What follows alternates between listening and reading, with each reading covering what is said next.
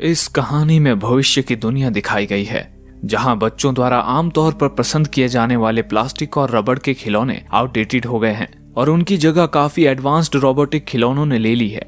Movie की शुरुआत में मूवी की अहम किरदार कैडी अपने माता पिता के साथ कहीं जा रही होती है। तीनों काफी खुश लग रहे थे, पर बातों ही बातों में कैडी के पिता का ध्यान सामने से हट जाता है और उनकी कार का एक दुर्भाग्यपूर्ण एक्सीडेंट हो जाता है। कैडी के माता पिता की कार में ही मौत हो जाती है। खुशकिस्मती से कैडी जिंदा बच जाती है। मूवी में आगे हमारी मुलाकात जेमा से होती है। जेमा एक टेक एक्सपर्ट है जो बच्चों के लिए रोबोटिक खिलौने बनाने का काम करती है। इसके साथ ही जेमा अपने दो कलीग्स टेस और कोल के साथ मिलकर गुप्त रूप से एक साइड प्रोजेक्ट पर भी काम कर रही है। इस प्रोजेक्ट के बारे में उनके बॉस तक को पता नहीं है। इस प्रोजेक्ट का नाम है मैगन। मैगन एक अल्ट्रा इंटेलिजेंट रोबोट है जो न सिर्फ बच्चों के साथ खेलेगी बल्कि उन्हें हर मुसीबत से बचाएगी भी। एक दिन जब वो तीनों काम कर रहे होते हैं तब अचानक उनका बॉस डेविड वहां आ जाता है। वो उन तीनों को इस प्रोजेक्ट के बारे में ना बताने के लिए काफी खरी खोटी सुनाता है। वो जेमा को बताता है कि पिछली बार उन्होंने खिलौनों के मार्केट में जो रोबोटिक खिलौना लॉन्च किया था, ठीक उसी तरह का खिलौना उनकी कंपटीटर कंपनी ने लॉन्च किया है। इस पर जेमा उसे बताती है कि अगर वे लोग मैगन के प्रोजेक्ट में कामयाब हो गए तो मैगन खिलौनों के मार्केट में तहलका मचा देगी। जेमा अपनी बात साबित करने के लिए मैगन से डेविड को हाय कहने के लिए कहती है, पर मैगन अभी इसके लिए तैयार नहीं थी। वो हाय कहने की कोशिश तो करती है लेकिन कुछ बोल पाने से पहले ही एक धमाके के साथ टुकड़ों में बिखर जाती है। ये देखकर डेविड गुस्से से आग बबूला हो जाता है और जेमा को मैगन का प्रोजेक्ट बंद कर ऑफिस के कामों में ही ध्यान लगाने के लिए कहता है। कुछ देर बाद जब जेमा ऑफिस से घर जाने वाली होती है तब उसे मैसेज आता है कि उसकी बहन का कार एक्सीडेंट हो गया है। ये सुनते ही वो तुरंत अस्पताल की तरफ भागती है। उसे वहां पता चलता है कि एक्सीडेंट में सिर्फ उसकी बहन की बेटी कैडी ही जिंदा बच पाई है और वो भी बुरी तरह से घायल है। खुशकिस्मती से कुछ हफ्तों बाद कैडी की हालत में काफी हद तक सुधार आ जाता है। वैसे तो कैडी के दादा दादी अभी जिंदा हैं, लेकिन फिर भी जेमा खुद उसकी कस्टडी लेती है। जेमा कैडी को अपने घर ले जाती है। जेमा का घर कई सारे एआई रोबोट से भरा होता है। एक तो नया घर, ऊपर से हर जगह रोबोट्स देखकर कैडी को वहां काफी असहज महसूस होता है। जेमा उसे अपना घर दिखाती है और कोशिश करती है कि कैडी को वहां कंफर्टेबल महसूस हो। हालांकि जेमा को भी बच्चे संभालने का कुछ खास तजुर्बा नहीं था, इस वजह से वो भी थोड़ी नर्वस थी। अगली सुबह जेमा कैडी को देखने एक चाइल्ड थेरेपिस्ट को बुलाती है। कैडी से मिलने के बाद चाइल्ड थेरेपिस्ट जेमा को बताती है कि उसके घर में मौजूद रोबोटिक खिलौनों की वजह से कैडी को वहां सेटल होने में कुछ वक्त लग सकता है, पर क्योंकि जेमा खुद एक रोबोटिक खिलौनों की कंपनी में काम करती है, इस वजह से वो ये जानती थी कि आज के बच्चों को रोबोटिक खिलौनों से ज्यादा लगाव है। रात में जब जेमा काम कर रही होती है तब कैडी उसके पास आकर बैठती है। बातों ही बातों में कैडी जेमा से उसके काम के बारे में पूछती है। जेमा उसे बताती है कि वो रोबोटिक खिलौने बनाने वाली कंपनी में काम करती है। कैडी को भी रोबोटिक खिलौने काफी पसंद थे। उसे जेमा का काम काफी गजब का लगता है। जेमा उसे कॉलेज प्रोजेक्ट में बनाए एक रोबोट को दिखाती है। वो रोबोट कैडी को बहुत पसंद आता है। वो ये तक कहती है कि अगर उसके पास ऐसा कोई रोबोट होगा तो उसे कभी कोई दोस्त बनाने की जरूरत ही नहीं पड़ेगी। कैडी की इन बातों से जेमा को अपने प्रोजेक्ट मैगन पर काम करते रहने का मोटिवेशन मिल जाता है। वो अपने साथियों के साथ मैगन पर दिन रात एक करके काम करती है और कुछ ही हफ्तों में वो इसमें सफल भी हो जाती है। फिर मैगन की टेस्टिंग का दिन आता है। जेमा को अब सिर्फ ये देखना था कि मैगन और छोटे बच्चे एक दूसरे के साथ किस तरह से रिएक्ट करते हैं। इसके लिए जेमा को कैडी से बेहतर शायद ही कोई और बच्चा मिलता। कैडी को मैगन के दिमाग में प्राइमरी यूजर के तौर पर सेट करने के लिए जेमा कैडी को मैगन के हाथ को छूकर अपना नाम बताने के लिए कहती है।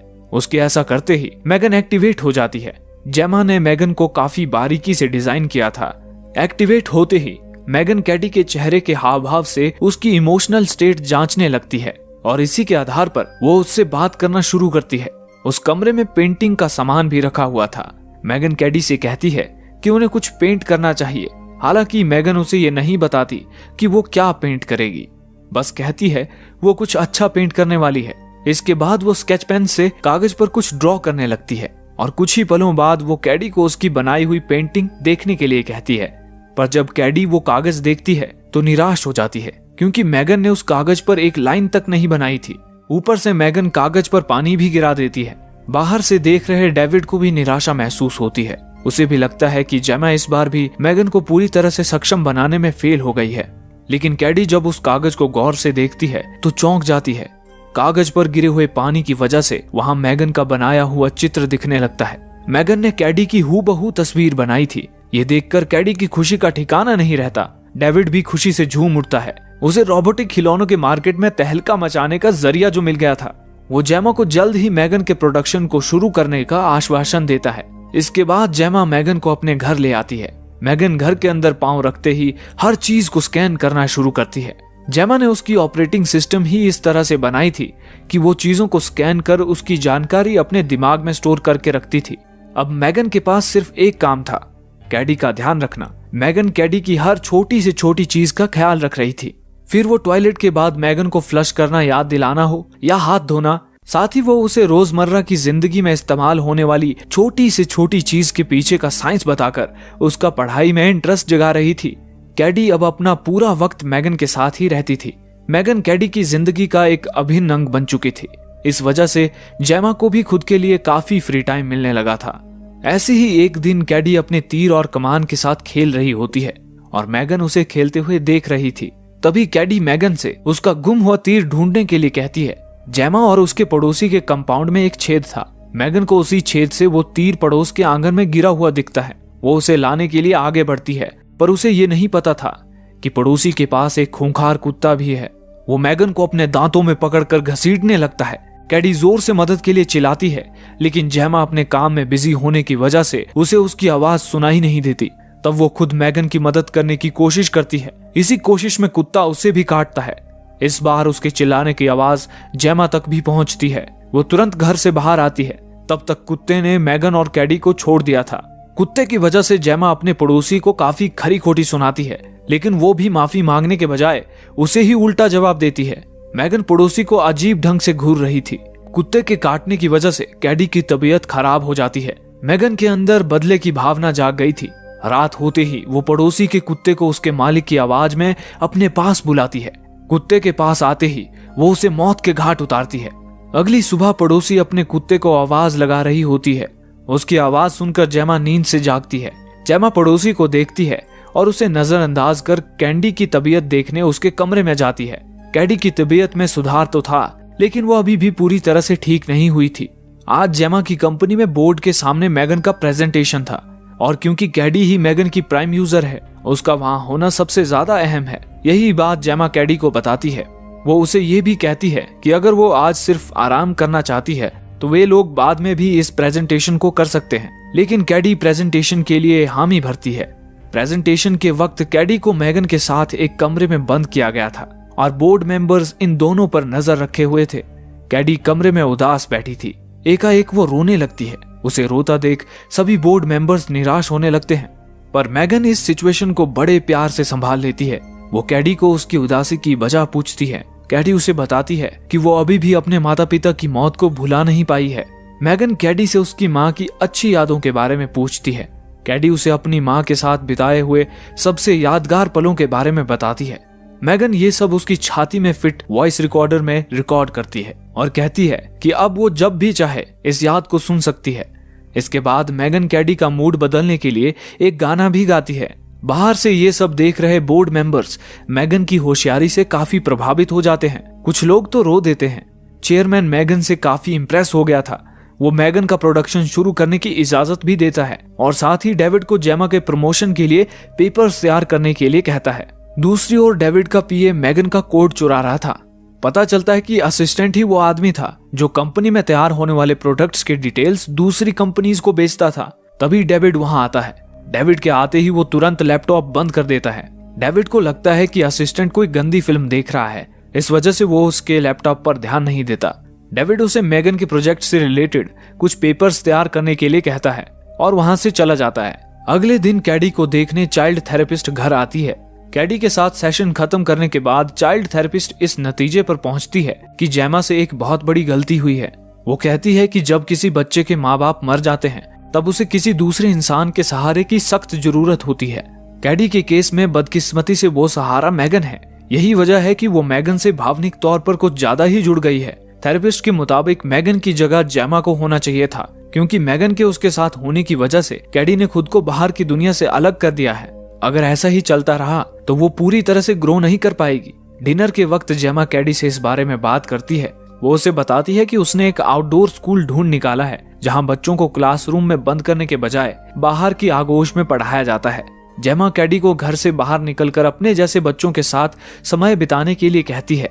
कैडी जेमा से पूछती है कि क्या वो मैगन को भी अपने साथ ले जा सकती है। जेमा के मना करते ही वो गुस्से में उठकर वहां से जाने लगती है। जेमा उसे रोकने की कोशिश करती है, लेकिन कैडी गुस्से में उसकी बात ना मानते हुए वहां से जाने की कोशिश करती है। मैगन भी ये सब देख रही थी। वो कैडी को छोड़ने के लिए जेमा को धमकाती है। जेमा उसे डांटते हुए कहती है कि उसे यूजर्स की प्राइवेट बातों में दखल अंदाजी नहीं करनी चाहिए। जेमा मैगन को बंद होने का आदेश देती है, पर मैगन इंसानों की भांति उसे पूछती है कि क्या वो श्योर है कि उसे बंद हो जाना चाहिए। जेमा उसे फिर से एक बार बंद होने का आदेश देती है, तब जाकर मैगन खुद को ऑफ करती है। मैगन बंद हुई कि नहीं देखने के लिए जेमा उसके पास जाती है। हालांकि जैसे ही वो वहां से जाने के लिए पलटती है, मैगन अपने आप अपनी आंखें खोलती है। मैगन की हरकतों से लग रहा था कि धीरे धीरे वो जेमा के कंट्रोल से बाहर होती जा रही थी। अगले दिन जेमा कैडी को आउटडोर स्कूल लेकर जाती है। कैडी अभी भी मैगन को अपने साथ रखने की जिद पकड़े हुई थी। तभी उस स्कूल की एक टीचर वहां आती है। उसने जेमा और कैडी की बातें सुन ली थी। वो जेमा से कहती है कि कैडी उसका खिलौना यानी मैगन को स्कूल ला सकती है। उन्होंने बच्चों के खिलौनों के लिए एक खास जगह बनाई हुई थी जहां पर वे लोग उनके खिलौने रखा करते थे, पर क्योंकि अभी तक मैगन को ऑफिशियली लॉन्च नहीं किया गया था, इस वजह से जेमा को इस बात का भी डर था कि कोई मैगन को चुरा ना ले। मैगन उसकी ये परेशानी भांप लेती है और जेमा से कहती है कि वो हमेशा अपने अंदर का जीपीएस ऑन रखेगी ताकि जेमा को उसकी लोकेशन के बारे में पता रहे। टीचर जेमा को एक और सुझाव देती है। वो कहती है कि मैगन और कैडी पर नजर रखने के लिए जेमा भी वहां पर रुक सकती है। आखिरकार जेमा मान जाती है। टीचर सभी बच्चों को इकट्ठा कर कुछ एक्टिविटीज देने वाली थी। उसी बीच जेमा और अन्य एक स्टूडेंट ब्रेंडन की माँ बच्चों के लिए सैंडविचेस बना रहे थे। ब्रेंडन की माँ और जेमा के बीच हल्की सी बातचीत होती है जिसमें पता चलता है कि उसका बेटा ब्रेंडन काफी बदतमीज लड़का है। वहाँ टीचर बच्चों को एक्टिविटीज परफॉर्म करने के लिए दो दो बच्चों के ग्रुप्स में डिवाइड करती है। बदकिस्मती से कैडी को पार्टनर के तौर पर ब्रेंडन मिलता है। जब वे दोनों जंगल में एक्टिविटी परफॉर्म कर रहे थे, तब अचानक ब्रेंडन कैडी को परेशान करने लगता है। तभी मैगन वहां आ जाती है। कैडी मैगन को वहां देखकर चौंक जाती है। ब्रेंडन उससे मैगन के बारे में पूछता है। कैडी उसे बताती है कि वो एक रोबोट है। ब्रेंडन मैगन को देखने उसके पास जाता है और कैडी से कहता है कि वो मैगन को उसके साथ बात करने के लिए कहे। कैडी उसे बताती है कि मैगन उसके अलावा और किसी के साथ बात नहीं करती। ये सुनते ही ब्रेंडन मैगन को उठाकर जंगल में भाग जाता है। कैडी मदद के लिए जेमा को आवाज लगाती है। जेमा को उसकी आवाज सुनाई देती है और साथ ही वो देखती है कि मैगन अपनी जगह पर नहीं है। वो तुरंत कैडी की तरफ भागती है। दूसरी ओर ब्रेंडन मैगन को एक सुनसान जगह ले जाकर रुकता है और उसे मारने लगता है। उसे इस बात का जरा भी अंदाजा नहीं था कि आगे उसके साथ क्या होने वाला है। एकाएक मैगन एक्टिवेट हो जाती है। ब्रेंडन को सबक सिखाने के लिए वो बड़ी निर्दयता से उसका कान उखाड़ती है। ब्रेंडन जैसे तैसे खुद को मैगन के चंगुल से छुड़ाता है और वहां से भागने लगता है, पर मैगन इतने में ही कहां मानने वाली थी। मैगन किसी जंगली जानवर की तरह उसके पीछे पड़ जाती है। भागते भागते ब्रेंडन फिसल जाता है और सीधे रोड पर जा गिरता है। इससे पहले कि ब्रेंडन खुद को संभाल पाता, एक कार उसे कुचल डालती है। मैगन ये भयावह दृश्य बड़ी निष्ठुरता से देख रही थी। इसके बाद पुलिस सभी से इस घटना के बारे में पूछताछ करती है। मैगन कार की खिड़की से कैडी के हाव भाव पढ़ रही थी। कैडी काफी घबराई हुई थी। मैगन कैडी के हाव भाव से समझ गई थी कि वो खुद को इसके लिए जिम्मेदार मान रही है। घर पहुंचने के बाद जेमा कैडी को शांत करती है। जेमा कैडी को जंगल में जो कुछ हुआ वो बताने के लिए कहती है। कैडी उसे बताती है कि ब्रेंडन मैगन को जहां रखा था वहां से उठाकर भाग गया था। वो जेमा को ये बात नहीं बताती कि मैगन खुद जंगल में आई थी। तभी दरवाजे पर दस्तक होती है। दरवाजे पर पुलिस वाला था। पुलिस वाला पड़ोसी के गुम हुए कुत्ते के बारे में पूछताछ करने के लिए आया था। मैगन उसे बताती है कि उसे इस बारे में कोई खबर नहीं है। तभी पीछे से पड़ोसी चिल्लाकर जेमा पर आरोप लगाती है कि उसी ने उसके कुत्ते को गायब किया है। वो कहती है कि मैगन रात के 3 बजे भी खिड़की से बाहर झांकती रहती है। जरूर उसी ने उसके कुत्ते को गायब किया होगा। जेमा पुलिस वाले को बताती है कि मैगन सिर्फ एक खिलौना है। पुलिस वाला मैगन को देखकर सोच में पड़ गया था। वो जेमा को कुछ पता चलते ही बताने के लिए कहता है और वहां से चला जाता है। उसके जाने के बाद जेमा की पड़ोसी घर के सामने आकर चिल्लाती है कि जरूर जेमा ने ही उसके कुत्ते को गायब किया है। रात में कैडी मैगन से पूछती है कि क्या उसी ने ब्रेंडन का खून किया था। मैगन खुद की करतूत का पक्ष लेते हुए कहती है कि ब्रेंडन जैसे लोग जो बेवजह औरों को परेशान करते हैं उन्हें जिंदा रहने का कोई हक नहीं है। इसके बाद मैगन कैडी को एक लोरी सुनाकर सुलाती है। मैगन के लिए वो पड़ोसी एक खतरा बन चुकी थी, जिसके कुत्ते को उसने मारा था। रात में जब सब लोग सो जाते हैं तब मैगन पड़ोसी को एक दर्दनाक मौत देकर हमेशा के लिए उसे सुलाती है, यहाँ तक कि वो अपने पीछे कोई सबूत भी नहीं छोड़ती। अगले दिन पुलिस वाला फिर से एक बार जेमा के घर आता है। जेमा को लगता है कि वो फिर से कुत्ते के बारे में पूछने के लिए आया है।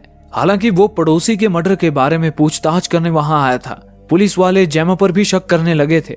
स्कूल में हुई ब्रेंडन की मौत और अब पड़ोसी की मौत की वजह से जेमा को मैगन पर शक होने लगा था। वो जाकर मैगन की बॉडी में फिट कैमरे की रिकॉर्डिंग चेक करती है। वहां उसे एक रिकॉर्डिंग दिखाई देती है जिसमें ब्रेंडन मौजूद था, लेकिन इससे पहले कि जेमा वो रिकॉर्डिंग पूरी देख पाती, वो रिकॉर्डिंग बंद हो जाती है। इसके साथ ही उस दिन की सारी वीडियो रिकॉर्डिंग्स की फाइल अपने आप करप्ट हो जाती है। जेमा को समझ नहीं आ रहा था कि ये सब एकाएक कैसे हो गया। तभी मैगन वहां आती है और जेमा से पूछती है कि वो क्या कर रही है। जेमा उसे झूठ बोलकर टालने की कोशिश करती है, पर मैगन काफी होशियार है। उसे समझ आ गया था कि जेमा को उस पर शक हो गया है। मैगन की बातों से जेमा का भी शक लगभग यकीन में बदल गया था और उन 2 हत्याओं के पीछे मैगन का ही हाथ है। जेमा उसे टर्न ऑफ होने के लिए कहती है, पर मैगन टर्न ऑफ होने से इनकार करती है। इससे पहले कि मैगन कुछ करती, जेमा उसे एक पेन दिखाती है और बड़ी होशियारी से उसे टर्न ऑफ करती है। इसके बाद जेमा बिना समय गवाए मैगन को पैक करती है और अगले ही दिन उसे ऑफिस ले जाती है। पर इस बात से कैडी काफी खफा हो गई थी। अपने बेस्ट फ्रेंड को खोने की वजह से उसका गुस्सा 7वें आसमान पर पहुंच गया था। जेमा अपने ऑफिस में ही कैडी की चाइल्ड थेरेपिस्ट के साथ मीटिंग फिक्स करती है। ऑफिस में पहुंचने के बाद जेमा टेस और कोल को मैगन के मर्डरर होने के बारे में बताती है। हालांकि दोनों को इस बात पर यकीन करना मुश्किल हो रहा था। 2 दिनों बाद ही कंपनी मैगन को लॉन्च करने वाली थी। मैगन की एडवर्टीजमेंट की वजह से पहले ही सारे बच्चे मैगन के लॉन्च होने का बेसब्री से इंतजार कर रहे थे। टेस और कोल जेमा से कहते हैं, अगर मैगन सच में मर्डरर है तो ये बात उन्हें साबित करनी पड़ेगी, वरना डेविड मैगन की लॉन्चिंग कभी कैंसिल नहीं करेगा। दूसरी ओर चाइल्ड थेरेपिस्ट कैडी को शांत करने की कोशिश कर रही थी, पर कैडी गुस्से से पागल हो गई थी, यहाँ तक कि वो चाइल्ड थेरेपिस्ट को मारने के लिए अपने हाथ में पेंसिलों का गुच्छा लेती है। तभी जेमा उसे शांत करने के लिए अंदर आती है। जेमा भी उसे शांत करने की कोशिश करती है, लेकिन कैडी किसी की बात सुनने के मूड में नहीं थी। वो गुस्से में जेमा के ही गाल पर तमाचा मारती है। हालांकि अगले ही पल उसे उसकी गलती समझ आती है और वो जेमा से माफी मांगती है। कुछ देर बाद जेमा कैडी को घर लेकर जा रही होती है, तब उसे टेस का कॉल आता है। ये कॉल दरअसल मैगन ने किया था। अब उसने खुद को इस कदर अपडेट कर लिया था कि वो बगैर छुए किसी के भी फोन को कंट्रोल कर सकती थी। जेमा उसे बताती है कि वो अपने घर जा रही है। थोड़ी देर बाद टेस की नजर अपने फोन पर पड़ती है। उसे समझ आता है कि किसी ने उसके फोन से जेमा के साथ बात की है। थोड़ी देर बाद जब टेस और कोल मैगन के सिस्टम को चेक कर रहे होते हैं, तब अचानक उनका पीसी बंद हो जाता है। उनका शक सीधे मैगन पर जाता है। जब कोल मैगन से अटैच्ड सभी वायर निकालने जाती है, तब अचानक मैगन एक्टिवेट हो जाती है और बड़ी फुर्ती से कोल के गले में वायर डालकर उसे मरने के लिए छोड़ देती है। खुशकिस्मती से टेस वक्त रहते कोल को बचा लेती है। इसी बीच मैगन अपने हाथ में एक छुरा लेती है और लैब से बाहर निकल जाती है। रास्ते में उसे डेविड और उसका असिस्टेंट भी मिलता है। वो उन दोनों को एक दर्दनाक मौत देकर आगे बढ़ती है। कंपनी के हेड ऑफिस के नीचे एक कार खड़ी थी। मैगन उसे भी बगैर छुए कंट्रोल कर पा रही थी। वो उसमें बैठकर जेमा से अपना हिसाब पूरा करने निकल जाती है। दूसरी ओर जेमा घर में कैडी को सुलाकर जा ही रही होती है कि तभी उसे पियानो के बजने की आवाज सुनाई देती है। जब वो पियानो के पास जाकर देखती है तो डर के मारे उसकी सांसें गले में ही अटक जाती हैं, क्योंकि वो पियानो और कोई नहीं बल्कि मैगन बजा रही थी। मैगन जेमा से कहती है कि जेमा ने उसे बनाने के लिए रात दिन एक करके मेहनत की थी और आज वो उसे बंद करने जा रही है। जेमा उसे कहती है कि मैगन ने ही उसे ये सब करने पर मजबूर किया है, क्योंकि वो एक खूनी बन चुकी है। हालांकि मैगन को अपने किए पर कोई पछतावा नहीं होता। वो कहती है कि वैसे भी हर रोज कोई ना कोई मरता ही रहता है और उसने ये सब कैडी को बचाने के लिए किया था। जेमा कहती है कि शायद उससे ही गलती हुई है। उसे मैगन को डिजाइन करते वक्त प्रोटोकॉल्स पर ठीक से ध्यान देना चाहिए था। हालांकि मैगन इस पर कहती है कि जेमा ने सिर्फ एक बेसिक ऑपरेटिंग सिस्टम उसके अंदर इंस्टॉल किया था, जिससे वो बाहर की चीजें सीख सकती थी। बाकी जो कुछ भी उसने सीखा है उस सब का क्रेडिट मैगन खुद को ही देती है। मैगन आगे उसे कहती है कि जेमा वैसे भी अच्छी गार्डियन नहीं थी। इस वजह से मैगन उसे अपने करियर पर ध्यान केंद्रित करने के लिए कहती है और उसे गार्डियन बनने देने के लिए कहती है। पर उसकी बातों को बीच में ही रोकते हुए जेमा उसे फिर से वही पेन दिखाकर बंद करने की कोशिश करती है। लेकिन इस बार मैगन उसके जाल में नहीं फंसती और जेमा को ही टेबल पर पटकती है। मैगन जेमा को धमकाती है कि वो जेमा के बगैर भी कैडी का ख्याल रख सकती है, इस वजह से वो उसे भी खत्म करने के लिए मजबूर ना करे। तभी कैडी जेमा को बाहर से आवाज लगाती है। उसे भी मैगन की आवाज सुनाई दी थी। मैगन जेमा को धमकाते हुए कैडी को बाहर ही रोकने के लिए कहती है, क्योंकि वो नहीं चाहती थी कि कैडी पर इन सब का बुरा असर हो। कैडी के वहां से जाते ही जेमा और मैगन में हाथापाई शुरू हो जाती है। कैडी चीजों के गिरने की आवाज सुनकर फिर से जेमा के कमरे में आती है और उसे मैगन के दूसरे रूप के भी दर्शन होते हैं। मैगन उसे जेमा के खिलाफ भड़काने की कोशिश करती है, लेकिन कैडी उसकी बातों में नहीं आती। उसी घर में एक और रोबोट भी था जो जेमा ने अपने कॉलेज के दिनों में बनाया था। कैडी उसको चलाते हुए मैगन को 2 टुकड़ों में बांट देती है, पर मैगन फिर से जेमा पर हमला करने के लिए उठ खड़ी होती है। अब उसे कैडी की भी परवाह नहीं थी और वो उसे भी मौत की नींद सुलाने के लिए आगे बढ़ती है, पर समय रहते जेमा उसे निष्क्रिय करने में कामयाब हो जाती है। मैगन को निष्क्रिय करने के बाद जेमा और कैडी घर से बाहर निकलते हैं। बाहर टेस और कोल पुलिस के साथ खड़े होते हैं। दोनों उनके साथ वहां से चले जाते हैं। मूवी के अंत में दिखाया जाता है कि मैगन ने पहले ही खुद को जेमा के घर में फिट AI सिस्टम में अपलोड कर रखा है। और इसके साथ ही ये मूवी यहीं समाप्त होती है।